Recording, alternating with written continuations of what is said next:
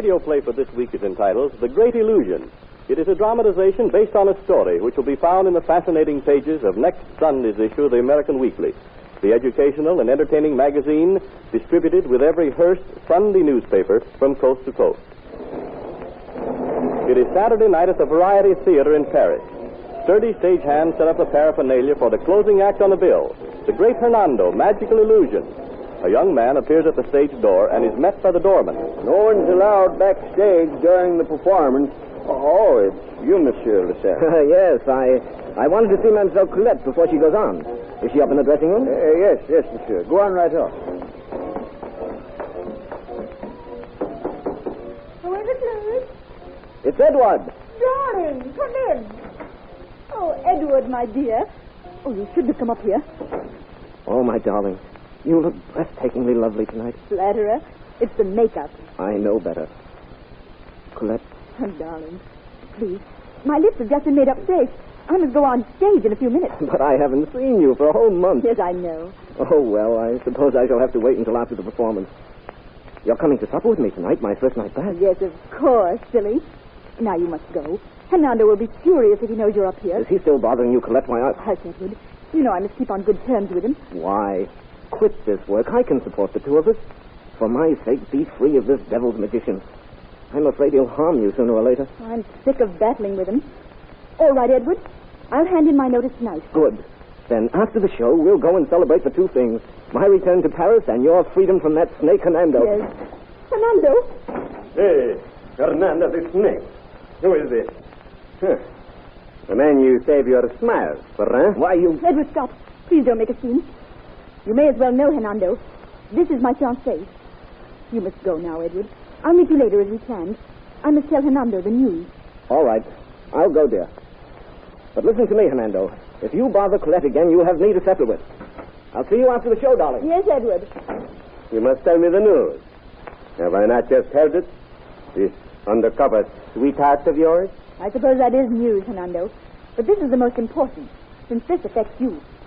I hereby give you notice that I'm leaving the act. Oh, this is the big news, eh? You are walking out on the Great Hernando, eh? There is no need for a notice, Colette. This will be your last performance.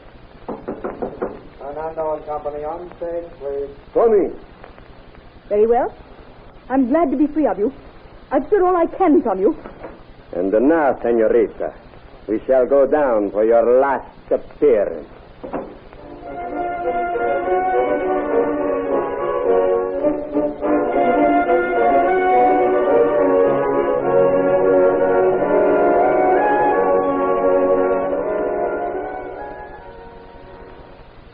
Alberto, did you ever hear anything like it? Never, Ashton Wolf.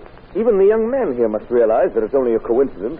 A modern magician is only an illusionist. It's impossible for him, really, to make a human being disappear into thin air. I'm not trying to be melodramatic, Monsieur Bertillon. I'm merely telling you the facts.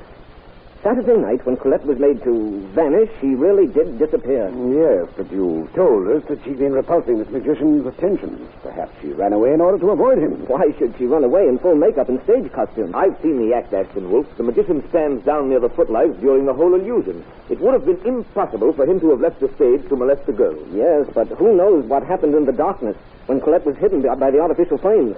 He's killed my Colette, I tell you. Come in. Senor Bertillon, I have called to. The Great Hernando. Arrest him. There's Colette's murder. My late assistant, fiancé. I'm just in time.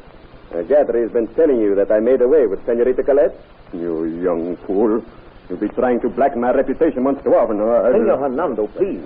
I beg pardon, senor. Perhaps I'd better wait outside. No, I'm glad you came when you did. As you surmised, we were discussing the mysterious disappearance of your assistant. What do you imagine has become of the young lady? How should I know? When the mechanism of the act removes her from the view of the audience, she's at liberty to go where she pleases. Yes, but we've learned from Monsieur Lassalle that Mademoiselle Colette had made up her mind to leave the act because of your unwelcome attention. What have you to say to that, Senor Hernando? And why did you refer to her just now as your late assistant? Senor, it is true that I loved Senorita Colette. Loved her. But she would not have me. I spoke of her as my late assistant because Saturday night I discharged her. What? She probably left in anger soon as the illusion was completed. You lie. You lie, you dirty dog. You lie. You murdered her, and I'll prove it yet. Senor Bertillon, why should I have wished to harm the woman I love? Furthermore, I was on the stage during the whole of the act. You will allow me to explain the routine. You will realize how impossible it was. Father, I've seen the act. May I ask a question? Certainly, Aston Wolf. Senor, how was it that your act was able to go on Monday night if this disappearance was so unexpected? Why, it is customary to always have an understudy ready at all times, Senor Aston Wolf. I see. And, why did you discharge Mademoiselle Colette? Yes, I could not stand working with her, having her near me every day, and yet not returning my love. You devil. I'll make you pay for this. Get your got a gun. Let me go. Let me have that gun. You see, Senor Aston Wolf? You see, Senor Bertillon? The young man is half crazy with jealousy. He has always resented anyone admiring Senorita Colette. Yes, your kind of admiration. No innocent and good girl is safe with you around. I warn you, you had better be careful of what you say. Listen to me. I believe that when Colette told you she was leaving, you became so angry you killed her. That is something you can't prove, my green-eyed friend. But I warn you, if you continue to make accusations you can't prove, I can demand and get satisfaction. Oh, do I? All right, I'll meet... Wait a moment, gentlemen. Our problem is to find Mademoiselle Colette. See, you are right, senor. As I started to say, when I first came in, I have called to offer my services in any way possible to help the Turte. That's very kind of you, Senor. Oh, Monsieur Bertillon, you won't let this murder throw you off the track like this. Monsieur Lascelles, may I point out that aside from your assertion, there is no evidence at all to call for a conclusion that a murder has been committed. Monsieur Ashton Wolf. Bertillon is right. But aren't you going to investigate this? Oh, yes. Thoroughly. And we shall start by having Signor Hernando demonstrate the mechanism of his great illusion.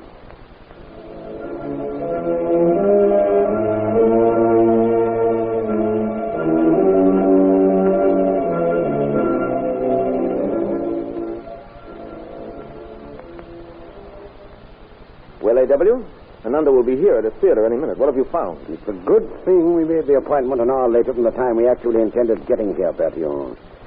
It's given us an opportunity to make our inspection. Did you notice the tiny grease marks on certain letters of this polished automatic switch that works the mechanism? Why, no. When you set down S-Y-Z-Y-G-Y, they spell Syzygy. Syzygy? Well, that's meaningless. Sorry to contradict. Now, Syzygy is the autonomous term meaning that several bodies are in a straight line with each other. For example, when the moon, earth, and sun are in one line. Still, it's not clear. Well, now, I believe that Syzygy, in this case, means that certain parts of this mechanism are in a straight line with something. But I've noticed that no position of the switch at present will bring the notches into the spelling of the word while in operation. While you were upstairs in the dressing room, I learned from a stagehand that he greases this switch every Saturday morning. It hasn't been cleaned, therefore, since the day Mademoiselle Colette disappeared. Then you think someone has changed the position of the notches on this control switch since last Saturday's performance? Huh? I know it. And while we're waiting for Senor Hernando to arrive to demonstrate his great illusion, let's unscrew the plate and rearrange the notches so that the letters spelling Syzygy are in circuit again. Just as they were the night of Mademoiselle Colette's disappearance. You may have hit on something, A.W. While I'm doing this, look around that revolving platform at its edge. Use your magnifying glass. Use it carefully. All right. We haven't much time before the magician arrives, so hurry. I will. See if you can find any marks or peculiarities on that wooden turntable. Very well. Tell me, Bertillon, isn't this pretty permanent equipment for a variety show magician? This theater used to be devoted solely to feats of magic, but of late they've had to turn it into a variety theater. That's it. The Great Hernando is the only act that stays permanently. Well, that strengthens my theory. Well, there's the switch all changed.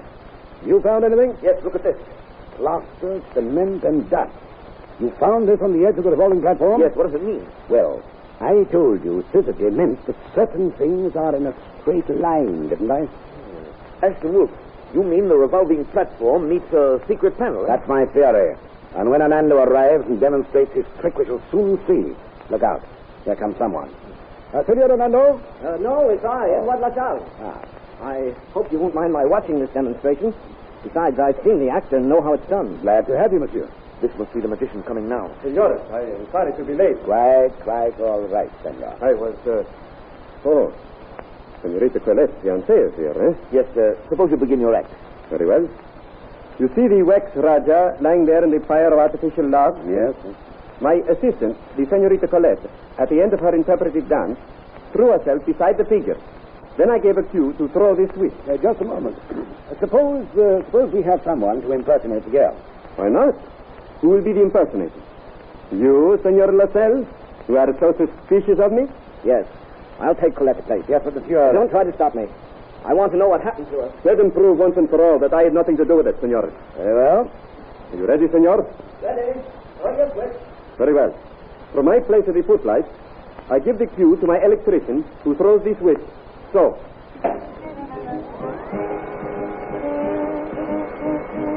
The air is blown through the silk ribbon.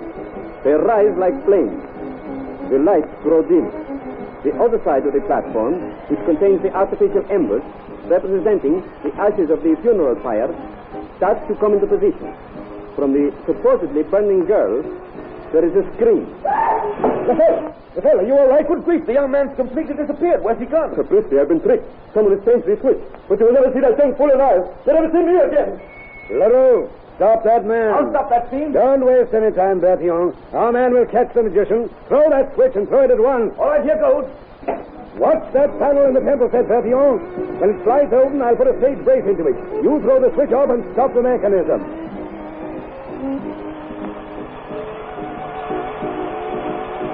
Now, Bertillon. Now. Lafayette, are you all right? What happened, Aston Wolf? How could he be in there? Listen, I found my Colette. What? Give me your hand quickly. The missing girl. Right. But how? You take her head. Never mind just now. Lend me your hand there. Right. Get over. This is terrible. Careful. Careful. Colette, is she... My boy, we're too late. She's dead. Dead.